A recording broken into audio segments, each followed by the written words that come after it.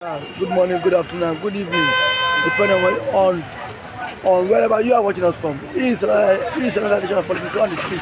You can subscribe to our YouTube channel, like our videos, share, comment for more political discourse. You can subscribe to our YouTube channel, like our videos, share, comment for more political discourse. On Wednesday, Nnamdi Kanu was in court, and there are rumors that Nnamdi Kanu is trying to negotiate with the federal government for his release. Yesterday, after that rumor went viral, we have the Northern Elders and Sheik Gumi has come out to issue a communique to the federal government, a warning that if Nnamdi Kanu is being released, they threaten to start their own republic. Now, do you think that federal government won't succumb to that pressure, or will the federal government bow to the pressures of the Northerners not to release Nnamdi Kanu or not to negotiate Nnamdi Kanu's freedom, sir? Let me just explain that very well, at least help the public, express and, of course, feast on the development between how the Nigerian media came up with that caption, Nnamdi Kanu negotiating with the federal government. At least we understand it very well that one, the Nnamdi Kanu position on that issue was as a result of the Court of Appeal Act that allows, that guarantee a section of the Court of Appeal Court that allows and guarantee out of the court settlement. So it's not Nnamdi Kanu saying that he wants to negotiate with the federal government. We must understand that very well.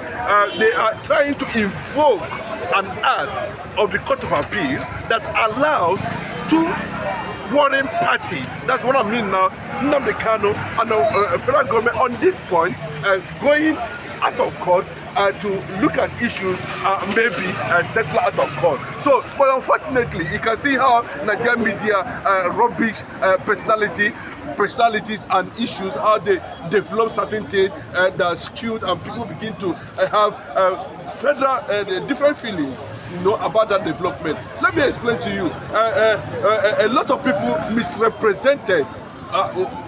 was misrepresented by that caption without them diving in very well to give a thorough explanation of what that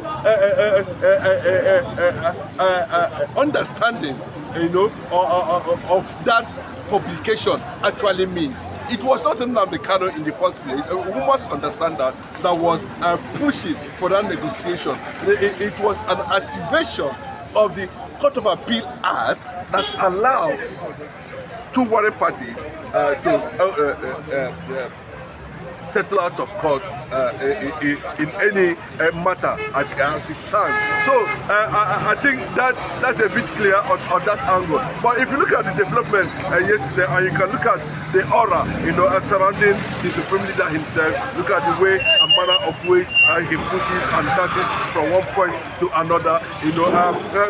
There were a kind of reservations and speculations all over the world yesterday when Nnamdi Kanu appeared physically, during the court section, and people were like, yes, he has stepped into the freedom mode.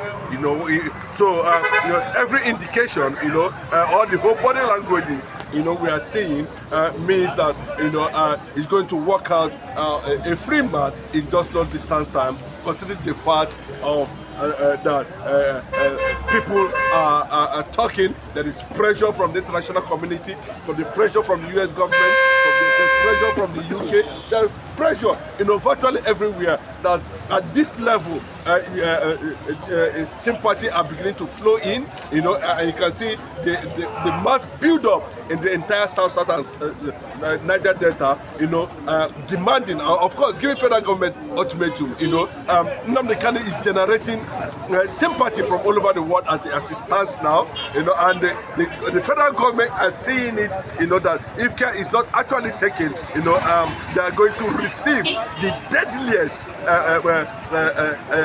chaos. Let me just remove the word chaos, uprising. Let me use the word uprising against his unconditional release. from DSS custody, you know. But away from that, the Northerners are always being suspicious, you know. I think by now they should have entered their menopause and begin to understand the fact the country called Nigeria has a lot of question marks about its existence, its unity, and how they are going to survive disintegration. You know, the North too has started their own disintegration. What, if not, what is Boko Haram doing in the North? What is the meaning of caliphate? You know, what is the meaning of Sharia? They are the ones that actually initiated, you know, the first from other regional powers in Nigeria who are also looking at that direction and trying to defend their own origin and identity against a possible conquest that's already coming, you know, from the north. So we must understand that whether this is not Buhari, you know, when there was a seemingly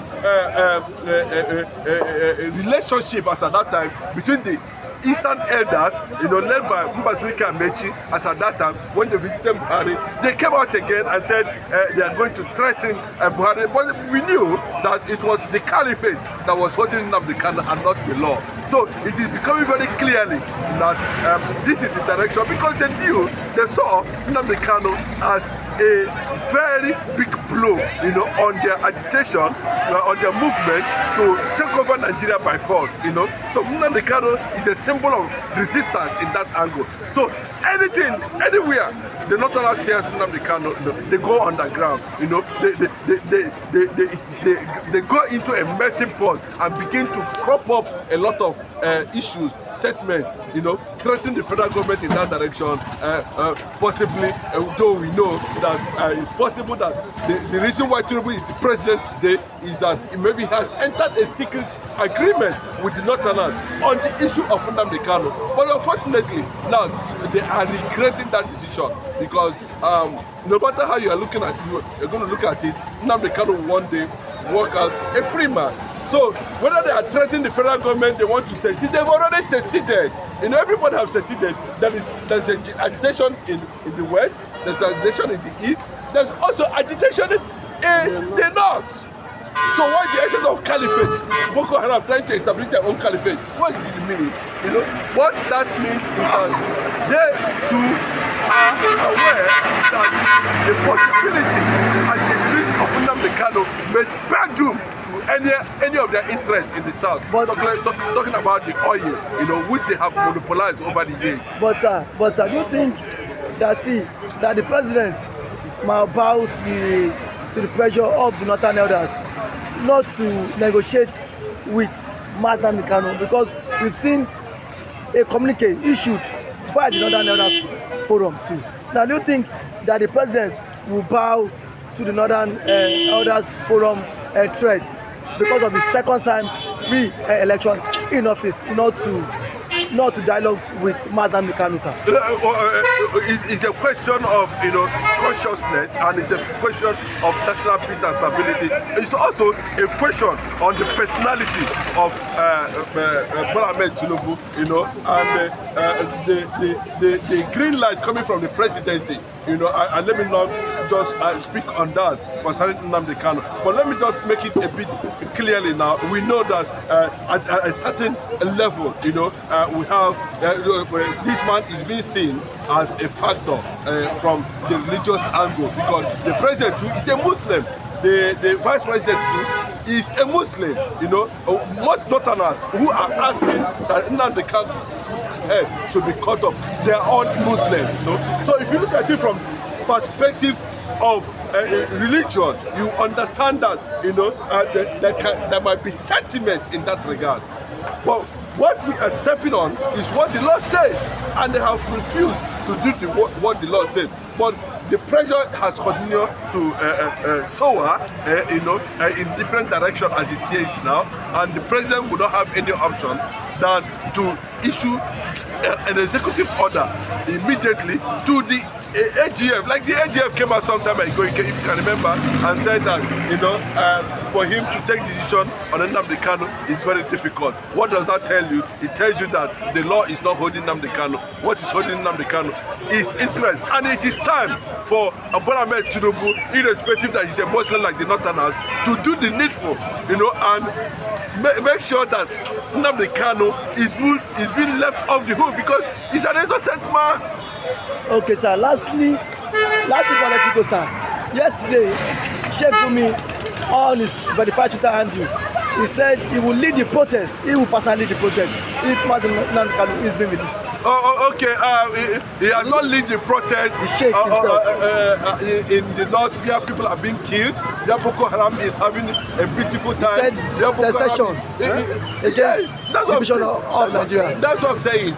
He would have led the protest, you know, and show the whole world, though we understand his position. But I want to Sheik Gumi that at the end of the day, when Nnamdi Kanu is being released, we want to see him on the street, disgrace himself, leading a protest for freedom, you know, for somebody asking for freedom, and hiding when people who are carrying arms and against human freedom are parading themselves up and down with their own support. I think we end up disgracing himself, you know, and putting himself in that position of attack at any time and at anywhere, because nobody in Nigeria currently now can come out and identify himself as a Boko Haram. But anywhere in the world, people can identify themselves as Biafrans. You can see the gap between what Sheik Gumi is trying to do, because these are enemies. It's not as if they love the North more. What they are interested is that they don't want to lose the resources that is coming from the Biafran land, and that is not the truth. They always want to see the Biafrans being run down at any time they want, being marginalized, being